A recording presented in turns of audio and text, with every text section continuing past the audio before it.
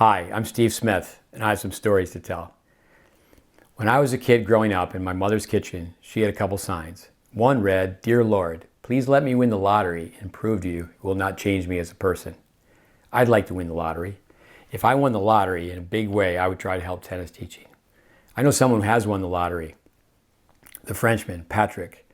I struggle pronouncing his last name. Just teasing, I say Patrick Mouratoglou. Money is money, goo is goo, and Lou. Sometimes you have to flush twice in a certain place. Patrick's story,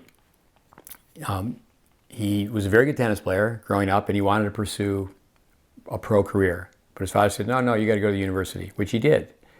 So he completed that task, and then he met with his father and said, I want to run a tennis academy. His father said, well, first you have to prove to me that you can start something, finish something, and really work. And he did. His father bought an old hotel, downtrodden, beat up hotel in Paris. And Patrick worked day and night for 2 years, and he turned it around. So then he had carte blanche, had a green light, and he could start his academy. Now, my connection with Patrick is a young tennis player, Jan Silva. When Jan was 2 years old, what he would do is take a ping pong paddle, a foam ball, and just hit against the sliding glass door in his mother's kitchen. But before he would do that, he would go up to the VCR and just push one button, and James Blake would appear on the monitor hitting some balls, and then Jan would go and try to mimic James Blake. For 15 years, I ran my tennis school in Tampa, Florida, right next to the Tampa International Airport. Well, an hour and a half away is the famous Nick Bollettieri Tennis Academy. And many times what would happen is people would go to Nick's, and then they would stop at my place because someone said, well, for a second opinion or some video work. So the very first time I met Jan, he was 4 years old, and his parents just brought him, and that was the situation. He went to Nick's for several days, and he came to my place for 1 day. And what we always do is we film, we record. And he was an amazing 4-year-old. He could rally from the baseline. He didn't have very good form. He had a one-handed backhand just like James Blake, but he could rally, could keep the ball going back and forth. So they go back, the family, where they're from, they go back to California. I send them, at that time, it was probably not a VHS, it was a DVD. Now you just send a private YouTube clip. But I sent a slow motion analysis of his technique. Well, shortly after that, Marcus Bagdatis saw Jan's genius, saw him hitting some balls. And Marcus was being coached by Patrick at the time. He calls Patrick up and goes, you have to see this kid. So Patrick had the funds to invite the whole family, all 5, to Paris. So their first initial trip, they go to Paris, and what the offer is quit your jobs, leave your house, come from the United States to Paris, and we'll help with the story of making your son a great tennis player. And they did. But before they went, they met with Vic Braden. They didn't know Vic, but they made the arrangements to meet Vic. And they described what Patrick had offered. And that's where the word lottery comes in. Vic goes, sounds like you hit the lottery. Sounds like you should go for it. But I was very flattered. Vic didn't know at the time that I already met Jan on the tennis court, that he was at our tennis school in Florida. But Vic told them, he said, there's a guy in Florida that you should go see. And that was me. I was very flattered by that.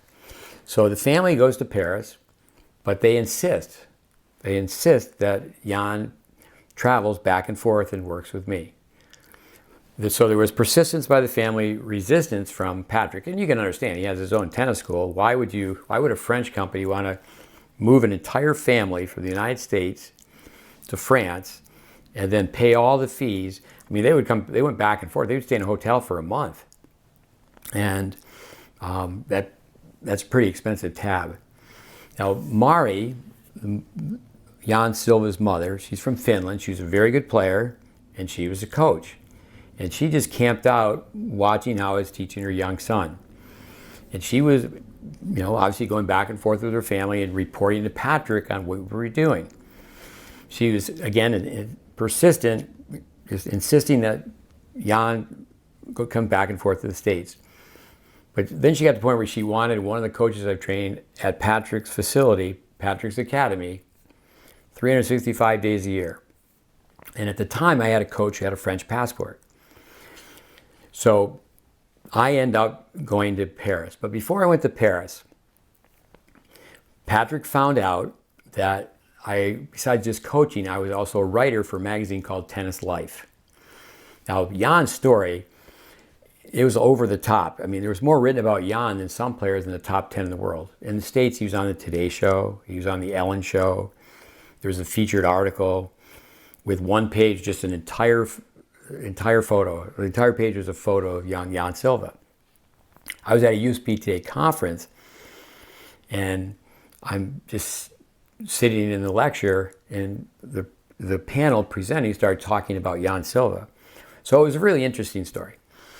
But Patrick wanted it to just be a Patrick story, a French story.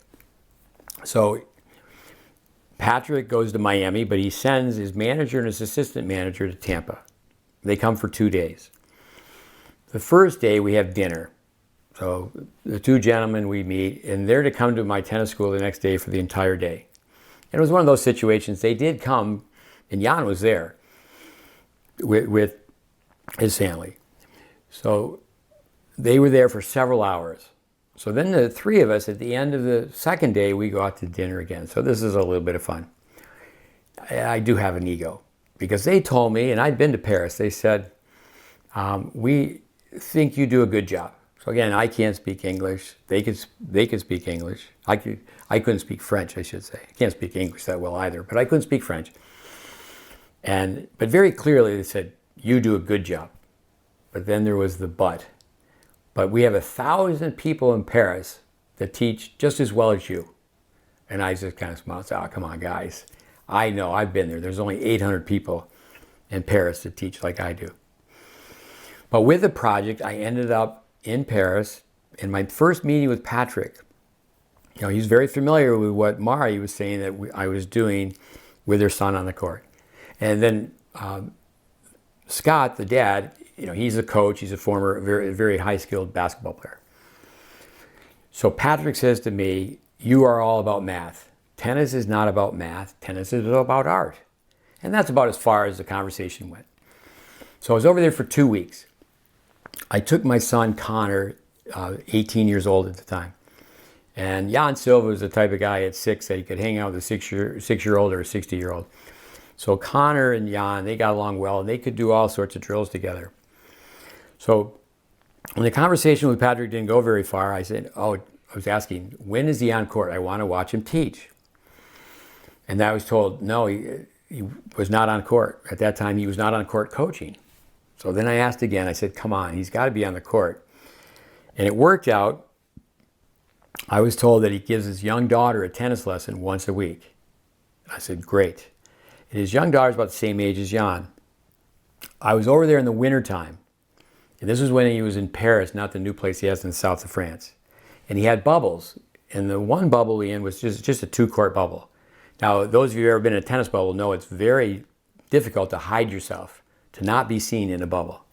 But with a little ingenuity, put all the ball baskets by the net post, put one of the kids' big shoulder bags on the court, laid on the court, had a pillow, was reading a book, and Jan and Connor were doing drills, doing routines. So Patrick comes in, looks around, and I'm not there. I'm not there to be seen. And he starts to give his lesson. Well, lessons are either 30 or 60 minutes. So I just watched. Got to be a little bit over the 20-minute mark, and I got up, and I walked across the one court to the court we was on. I didn't want to interrupt the lesson, but I had something to say. I said, Patrick, I really enjoyed watching you teach. You're right. Tennis is about art. But I said also, though, the movements, and I mimicked very quickly, not to interrupt the lesson, the overhead, the volley, any position or any movement that he was showing, I just simply said, they all can be measured mathematically, and left it at that. Here's the point. Now, a lot of years have gone by, and Patrick is obviously much more open. Say Coco Gauff, for example. He's not Coco Gauff's coach, and he's not Coco Gauff's manager. Actually, Roger Federer, teammate, is the manager. But he's helped out the family tremendously. He's in the corner. So he didn't separate the player from the coach. Same thing with young Stefanos Tsitsipas from Greece. Patrick met him via video. He watched him on YouTube as a 12-year-old, invited the entire family to his academy, and now he's in the corner. But he didn't, like so many federations, he didn't separate the player. That's my lesson, that's my point with this story. He didn't separate the player from the coach. Side note with Jan Silva, unfortunately, he didn't continue to play tennis. He had so much going for him at such a young age. But fortunately now, he's been back playing for a couple of years. He's actually based in Southern California. He trains at an academy where one of our former students runs the academy. But with Patrick, it's in his autobiography. When I say Patrick Mouratoglou, he's very open about his wealth. He's very appreciative of what his father's done. He wouldn't be able to, he says very clearly, he wouldn't be able to do what he's doing in tennis without that type of backing. So I'm going to start buying lottery tickets, and we're going to continue to try to help tennis out, even if we don't win the lottery. But anyway, for today, that's my story.